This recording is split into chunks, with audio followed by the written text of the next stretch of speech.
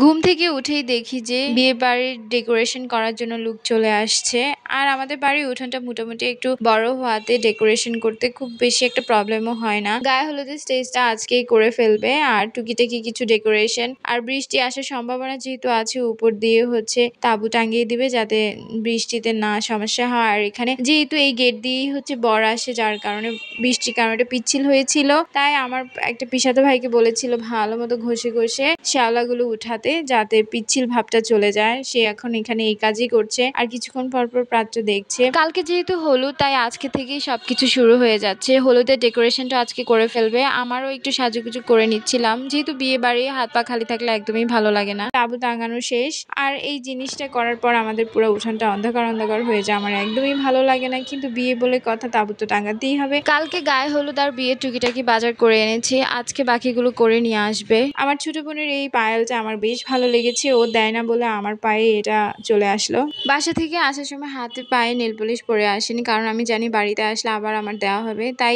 এসে কনের কাছ থেকে ভালো একটা নেল পলিশের কালার নিয়ে হাতে পায়ে দিয়ে নিলাম। বিয়ে বাড়ি মানেই লাল টাল জিনিস থাকবে, মানে লাল নেল পলিশ, লাল লিপস্টিক। দুপুরবেলা স্নান করে আসার পরে আমি একটু ফেসটাকে ক্লিন করছিলাম। এটা আমার বোনের ছিল, তাই ভাবলাম যে আমিও ক্লিন করে ফেলি। আবার লিপটা যেহেতু ব্রুয়ের সাথে সবসময় করা হয়, অনেকদিন হয়েছে আইব্রোটাও করা হয় না, তাই ভাবলাম হেয়ার রিমুভাল রেজারটা দিয়ে আমি আমার আপার লিপটা করে নিই। ব্রুগুলোকে একটু শেপ করার ট্রাই করছিলাম, বাট আমি যেহেতু কখনো এটা দিয়ে করিনি তাই আমার ইজি লাগছিল না, শুধু আপার লিপটাই করছিলাম। আর বিয়ে বাড়িতে আস্তে আস্তে এক দুইজন করে গেস্ট আসা স্টার্ট করে দিয়েছে। সব অনেকদিন ধরে ওয়েট করছিলাম ত্রিনার বিয়ে কবে হবে, মানে আমার কাকাতো বোনটার নাম হচ্ছে ত্রিনা। এক এক করে বাড়ির সবগুলো মেয়ে বিদায় হয়ে যাচ্ছে, আর মাত্র আমার ছোট বোন বাকি আছে, তাহলে আমাদের বাড়িটা পুরোপুরি ফাঁকা হয়ে যাবে।